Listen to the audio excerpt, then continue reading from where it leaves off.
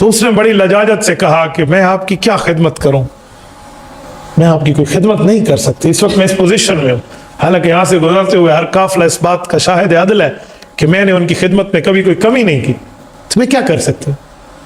حضور پاک علیہ الصلوۃ والسلام کے ساتھ حضرت ابو بکر صدیق، حضرت ابو بکر صدیق نے فرمایا کہ جو بکری ٹھہری ہے اس کا دودھ ہمیں مل جائے گا۔ عرب کی مہمان نوازی میں بکریوں کو دودھ تو وافر ملا کرتے تھے۔ اس نے سوری کرتے ہوئے ام معبد نے حضرت ابو بکر صدیق کو عرض کیا کہ یہ بکری اگر کسی کام کی ہوتی نا تو 4 قدم چل پڑتی، آپ نے اس کی شکل دیکھی ہے، یہ اتنی لاغر ہے کہ اس کا سانس بڑی مشکل سے آ رہا ہے، پتہ نہیں شام تک بچے یا نہ بچے، تو اس بکری کو میں مہمان کے سامنے پیش کروں، میری بےزتی نہیں ہے؟ حضرت صدیق اکبر رضی اللہ تعالیٰ نے اللہ کے رسول کو دیکھا اور رسول اللہ صلی اللہ علیہ وسلم نے آنکھوں میں حضرت ابو بکر کو دیکھا۔ امام ابن القیم رحمۃ اللہ علیہ نے زاد المعاد کی پہلی جلد میں، یہ کتاب امام ابن القیم رحمۃ اللہ علیہ آج سے تقریباً 650 سال پہلے کی لکھی ہوئی ہے، یہ ابھی تو کمپیوٹرائز چھپی ہے، زاد المعاد فی ہدی خیر العباد، امام ابن القیم الجوزیہ رحمۃ اللہ علیہ، یہ میں نے مکہ مکرمہ سے لی ہے۔ بلکہ میں نے ایک شاگرد ہے بھائی اختر رسول، یا جانتا ہے کہ بھائی اختر رسول جب والدہ کے ساتھ حج پہ غالباً گئے تھے، یہ وہ خرید کے میرے لیے ہدیہ لائے تھے، میں نے ان کو نام بھیجا تھا، اللہ انہیں بھی جزائے خیر عطا فرمائے۔ اس میں فصل و ام معبد کے تحت پورا تفصیلی واقعہ موجود ہے، یہ صفحہ 513 14 15 16 یہ مستقل پورا جا رہا ہے۔ میں آپ کی خدمت میں اس کا خلاصہ پیش کرتا ہوں۔ حضرت ابو بکر صدیق نے جب اللہ کے رسول کو آنکھوں میں دیکھا نا، تو آپ علیہ السلام کی بات ابو بکر صدیق سمجھ گئے کہ حضور فرمانا کیا چاہتے ہیں، یعنی حضور رسول اللہ کے فرمانے کا مطلب یہ ہے کہ اس کو کہو اگر تجھے بکری ہمیں دینے میں دودھ دونے وقت تک اعتراض نہیں ہے تو ہمیں دے دے، باقی دودھ جانے اور دودھ دینے والا جانے، اس کے تھنوں میں اتارنے والا جانے۔ اس کا مطلب چھوڑا، اگر بکری آپ کی اور ہم تک دے سکتی ہو نا، باقی رب جانے اور رب والے جانے۔ تو حضرت صدیق اکبر نے یہی کہا، انہوں نے کہا جی بکری لے لے، اس میں ہے کچھ نہیں۔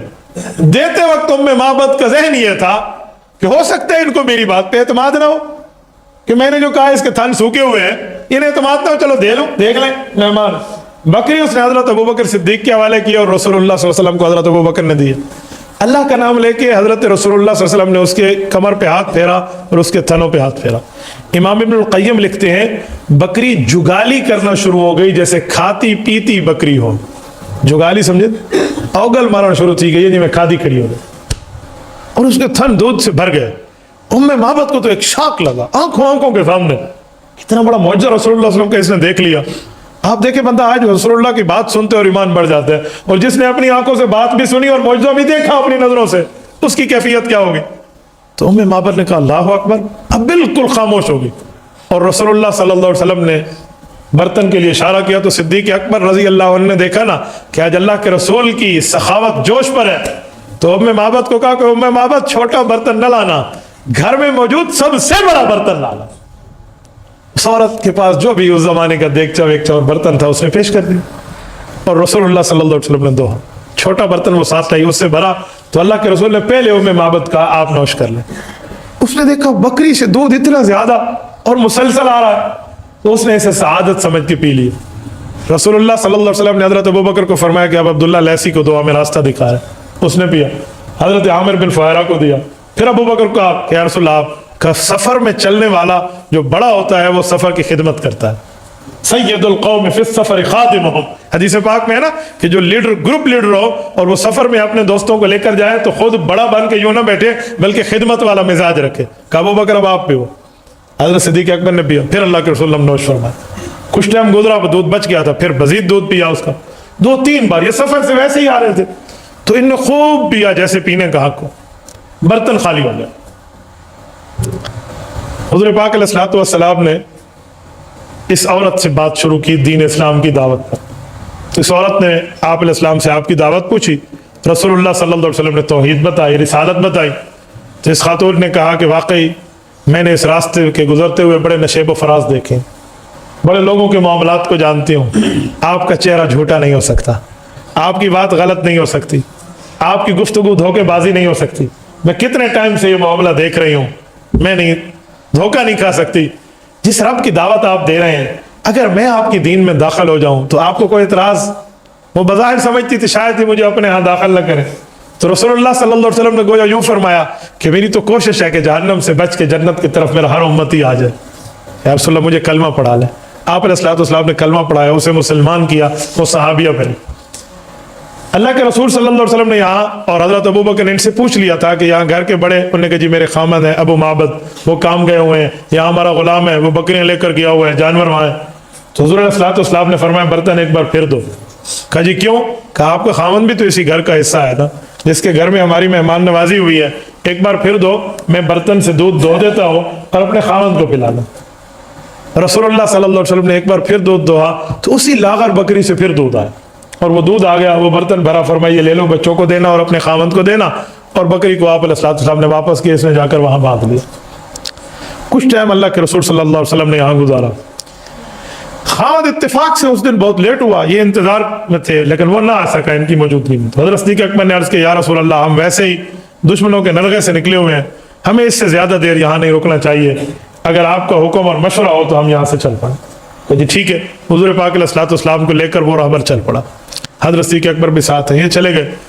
کچھ ٹائم گزرا, ایک وقت یہ ایک عجیب کیفیت میں خاتون اس عجیب کیفیت سے دوچار تھی کہ کیا ہو گیا یار میری زندگی میں, کوئی اس کی تو زندگی بدل گئی نا, اس کی شخصیت اس سے ملاقات ہوئی ہے جو کائنات میں اکیلا ہے, اس جیسا کوئی نہیں ہے. آج بھی رسول اللہ صلی اللہ علیہ وسلم کے روزے پر اللہ آپ سب کو قبولیت والا سفر فرما دے اور اللہ آپ کی برکت سے ہمیں بھی لے جائے.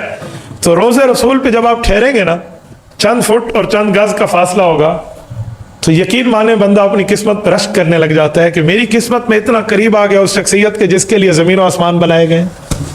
میں ابھی استنبول کے سفر میں ترکی کے اندر اس 4 تلواروں کی زیارت کر رہا تھا توپ کاپے میوزیم میں. یقین مانے ہماری داڑھی سے آنسو گر رہے تھے.